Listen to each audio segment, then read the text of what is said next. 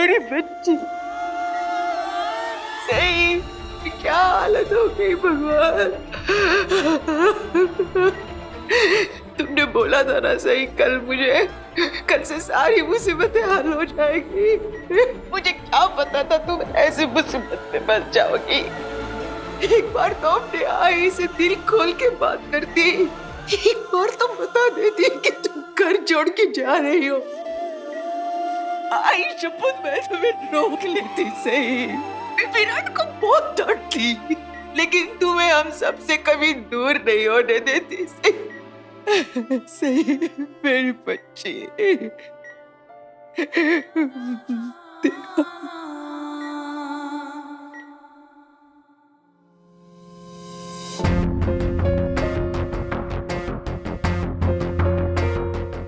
विराट ने सुबह से कुछ नहीं खाया है। उसे सही की परवाह है, अच्छी बात है, लेकिन ऐसे भूखे रह के तो वो अपनी खुद की तबीयत खराब कर लेगा। Excuse me. जी मैम। 2 green teas please. जी।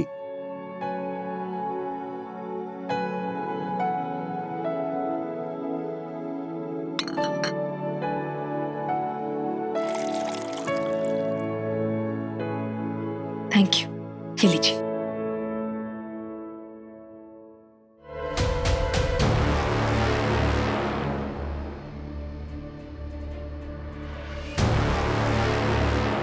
ये किसके लिए लेके जा रही हो?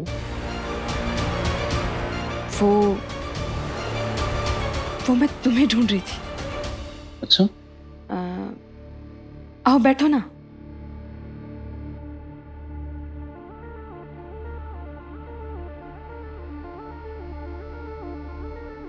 मैं देविता से फोन पे बात कर रहा था। सही का ये हाल देख के उनकी खुद की हालत बहुत खराब हो गई है। देविताई सही के बहुत करीब भी तो है। वैसे सही के लिए ब्लड का इंतजाम हो गया, थैंक गॉड। तो मुझे लगा कि मैं तुम्हारे लिए ग्रीन टी ले आती हूँ। तुम भी तो सुबह से भाग दौड़ में लगे हुए हो ना, तो थोड़ा रिलैक्स कर लो।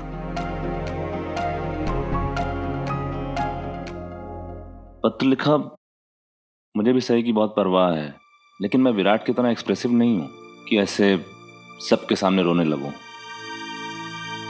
मैं समझ सकती हूँ सम्राट, सबका इमोशन जाहिर करने का तरीका एक जैसा नहीं होता। हाथ की 5 उंगलियां भी तो एक जैसी नहीं होती। ये लो।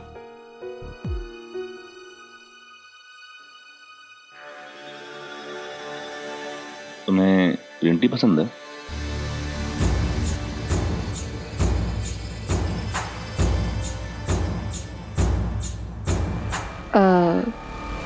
वो तुम्हें नहीं पसंद है? नहीं, सेहत के लिए अच्छी होती है तो मुझे पसंद क्यों नहीं होगी। लेकिन तुम नॉर्मली कॉफी पीती हो ना, इसलिए पूछ रहा था। पहले मुझे ग्रीन टी इतनी कुछ खास पसंद नहीं थी, लेकिन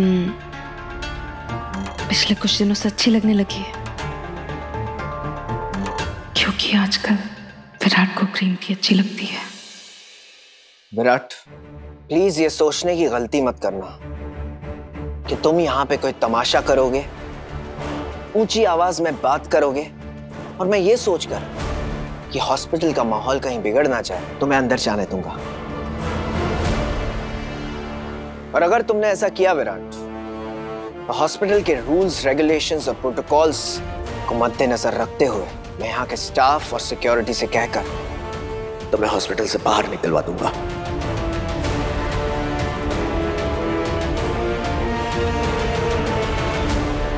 देखो विराट, इस वक्त मुझे सिर्फ और सिर्फ सही की परवाह है, और मैं नहीं चाहूंगा कि उसे जरा सी भी तकलीफ या स्ट्रेस पहुंचे। सही को ठीक होने के लिए शांति और सुकून का माहौल चाहिए, और मैं वो बिगड़ने नहीं दूंगा विराट।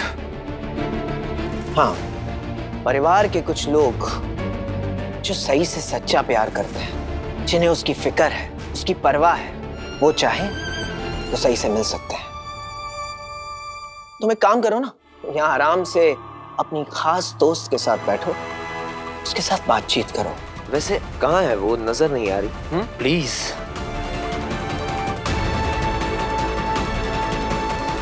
बहुत हो गया, इनफ इज इनफ। मैं आपके साथ इज्जत से पेश आ रहा हूँ, शांति से बात कर रहा हूँ। इसका मतलब ये नहीं कि आप मेरी पर्सनल लाइफ के बारे में जो मन में आए बोलते जाएंगे। मैं एक आखिरी बार आपको समझा रहा हूँ, इसीलिए ताकि आपको एक फाइनल टाइम समझ में आ जाए। इस बार मेरी कोई गलती नहीं थी, लेकिन फिर भी मैं इस बात का पूरा ख्याल रखूंगा कि सई को कोई तकलीफ ना पहुंचे। कोई ऐसी चीज नहीं करूंगा जो सही नहीं चाहती है। मैं उससे नहीं मिलूंगा।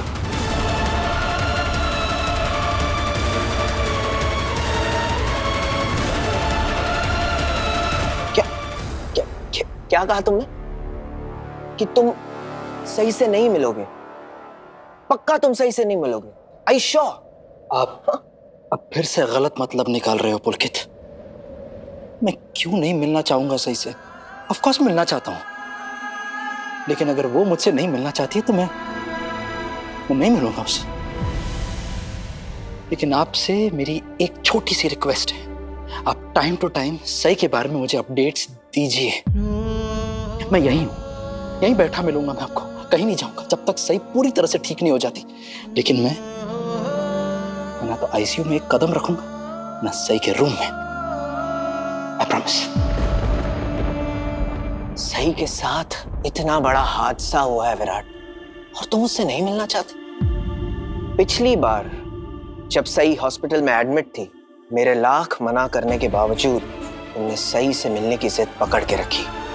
इस बार भी आप मुझे अंदर मत आने दीजिएगा ना, मना कर दीजिए।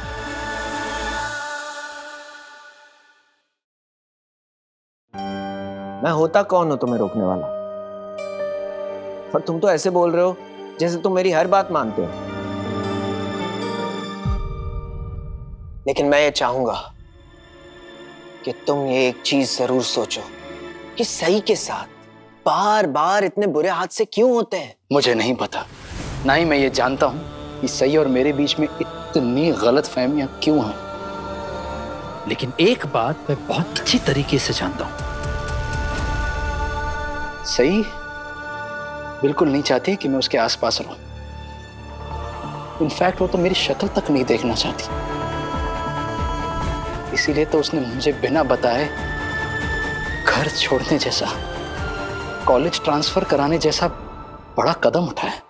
मेरी इस हरकत के लिए वो मुझे घर से भी निकाल देना तो भी मुझे कोई फर्क नहीं पड़ता। लेकिन सही तुम गढ़चिरौली क्यों जाना चाहती हो? जिंदगी में आगे बढ़ने के लिए पीछे लौटने के सारे दरवाजे बंद करने होते हैं।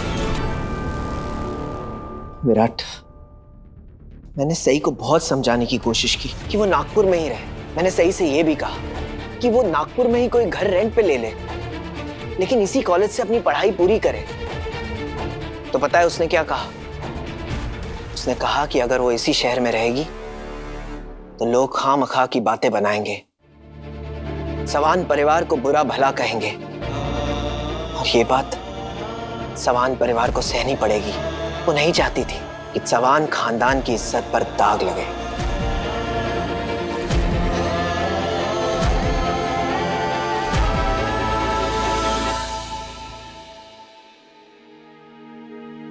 पत्र देखा? कैसी है तबीयत सही की? उसकी हालत में कुछ सुधार आया कि नहीं? निनाद मामा, सही पहले से बेहतर है और सर्जरी भी सक्सेसफुल हो गई है। लेकिन अभी तक सही को होश नहीं आया है। मेरी तो समझ में नहीं आ रहा है कि ये हादसा हुआ कैसे। मैं हॉस्पिटल में जाके उसे देखना चाहता था, लेकिन सम्राट ने कह दिया कि इतने सारे लोगों को हॉस्पिटल में रुकने की इजाजत नहीं है। हाँ निनाद मामा, आप लोग वहां पर जाकर करेंगे भी क्या? काश इस वक्त मैं सही के साथ हॉस्पिटल में होती। लेकिन आई, अभी हॉस्पिटल में जाने का कोई फायदा नहीं है क्योंकि सही को अभी तक होश नहीं आया है। उसे होश नहीं आया, लेकिन खतरे से तो बाहर है ना वो। पता नहीं निनाद मामा, इसका जवाब तो मेरे पास भी नहीं है। पत्रलेखा, तुम यहाँ, जब सब लोग हॉस्पिटल में हैं, तो तुम यहाँ क्यों चली आई हो? सिर्फ यही दिखाने के लिए कि मुझे सही की कितनी परवाह है। मेरा पूरा टाइम हॉस्पिटल में रुकना जरूरी तो नहीं है ना शिवानी मौसी।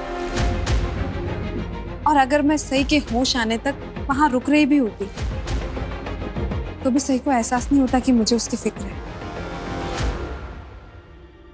पर पत्रलेखा, तेरी जिम्मेदारी है ना कि सही को एहसास दिलाया कि तुझे कितनी परवाह है।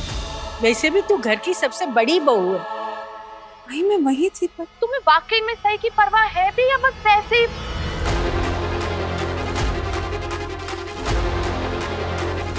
वहां पूरे दिन रुकने का मुझे ये इनाम मिलेगा, मुझे नहीं पता था। ओह वाओ, तो अब तुमको हॉस्पिटल में रुकने का इनाम भी चाहिए? वाह!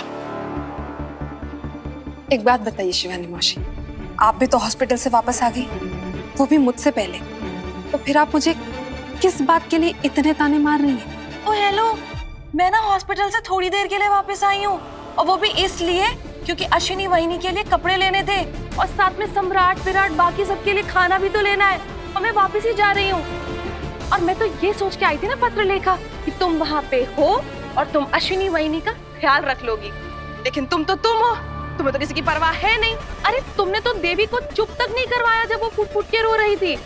आप जानती है ना शिवानी मौसी, देवी ताई मुझसे कितनी बदतमीजी से बातें कर रही थी। ओ प्लीज, उनके मन में जो आ रहा था वो बोले जा रही थी। क्या कुछ नहीं कहा उन्होंने मेरे लिए, लेकिन मैंने उन्हें पलटकर कोई जवाब दिया नहीं ना।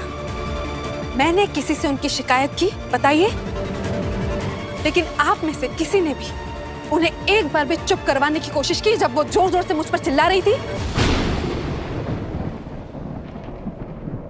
मुझसे सवाल कर रही है। मैं आपको एक बार फिर से बता देती हूँ शिवानी मौसी, सही को मैंने नहीं कहा था ये घर छोड़कर जाने को, और ना ही मैंने उसे किसी खड्डे में धक्का दिया था। तो उसके इस हादसे की जिम्मेदार मैं कैसे हो सकती हूँ? पत्रलेखा, तुम शांत हो जाओ। लेकिन सोनाली मामी, मी सांगितलं ना, शांत हो। और तुम, सही के साथ जो भी हुआ उसमें पत्रलेखा की कोई मिस्टेक, गलती, खता नहीं थी, समझ लो इस बात को। या राइट।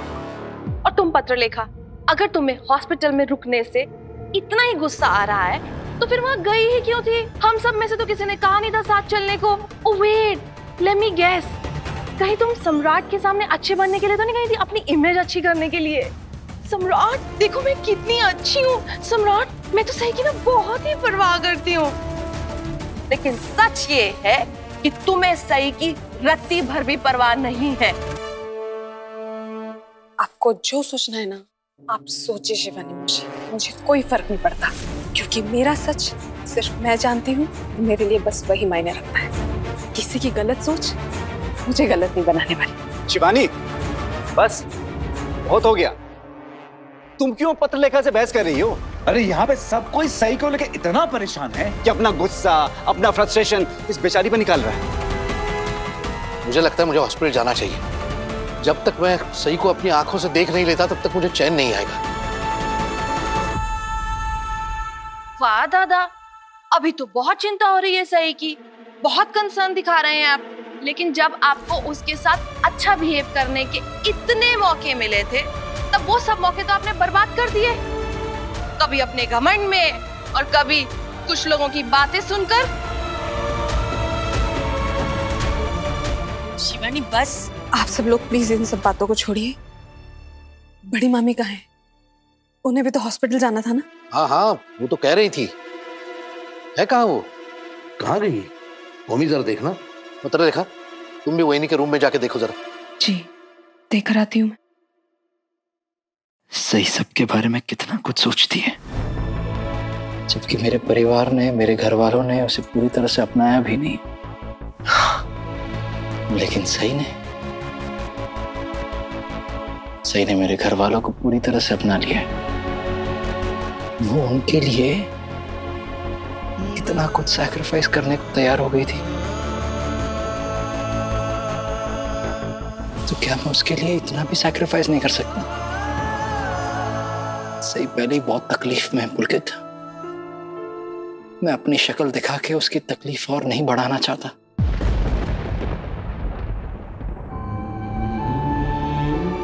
मुझसे जंग लड़ रही है वो। इस जंग में मैं उसकी कमजोरी नहीं बनना चाहता हूं। मैं तुम्हारे इस फैसले से हैरान हूं विराट, लेकिन शायद जो तुम कह रहे हो वो सही है। सही मौत की दहलीज को छूकर वापस आई है। अभी भी उसकी हालत कुछ ज्यादा अच्छी नहीं हुई है। वो वैसे ही मुझे अपने आसपास नहीं देखना चाहती। अगर ऐसे में मैंने अपनी शक्ल दिखा दी तो कहीं वो जीने की चाह ही ना छोड़ते।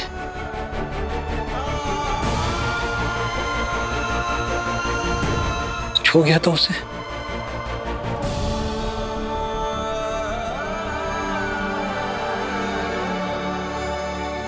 सही को बहुत चोट आई है। मैं उसकी हालत देख नहीं सकती। मेरा दिल इतना मजबूत नहीं है कि मैं उसकी हालत में अभी कर सकूं। काकू, बहुत चोट आई है सही को। मेरा एक बार जाके देख लो सही को। नहीं आई। ऐसे कैसे बोल सकते हो बच्चा? अपने आप को इतनी कठोर सजा मत दो। मुझे पता है तुम दोनों में कुछ गलतफहमियां हैं। आई एम सॉरी काकू कि मुझे आपको ये बोलना पड़ रहा है, लेकिन सही मुझसे हर बात शेयर करती थी। मुझे ऐसा लगता है कि विराट और सही के बीच में जो गलतफहमी है उसकी एक ही वजह है, पत्र लेखा। आप ही सोचिए ना, पत्र लेखा का पति वापस आ गया है, वो उसके साथ है, तो भी पत्र लेखा विराट से दूर ही नहीं जाती, हमेशा उसके आसपास रहती है। उस दिन भी देवी विराट से बात करने आई, उसे बताना चाहती थी कि सही घर छोड़कर जाने वाली है, तब भी पत्र लेखा बीच में आ गई थी। बाकी क्या करती है क्या नहीं, मेरा उस पर कोई काबू नहीं है। वैसे भी मैं इस सब के बारे में नहीं सोच रहा हूं। मैं सिर्फ एक बात सोच रहा हूं कि सही जल्दी से ठीक हो जाए, और उसके लिए अगर मुझे उससे दूर रहना पड़े तो मैं वो भी करने को तैयार हूं, करूंगा। गुरु, कम से कम तुम उसे बाहर से तो देख सकते हो ना? देख सकते हो ना? चलो उठो, अपने आप को ऐसी सजा मत दो। चलो।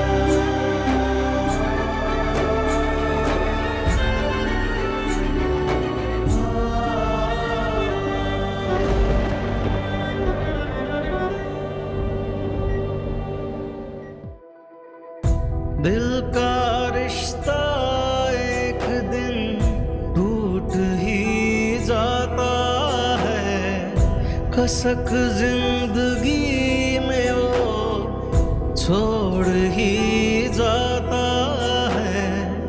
रह जाती है बस कुछ उनकी यादें, और बच जाते हैं अधूरे से वादे। आँखों में सब के भरी नमी है, टूटे कांच सी बिखरी जिंदगी है, गुम है किसी के प्यार में।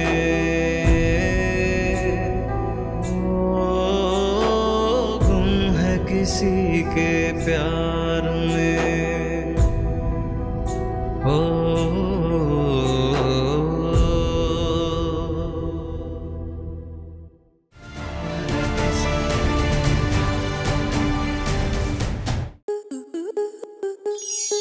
To enjoy more such amazing videos, subscribe to our YouTube channel.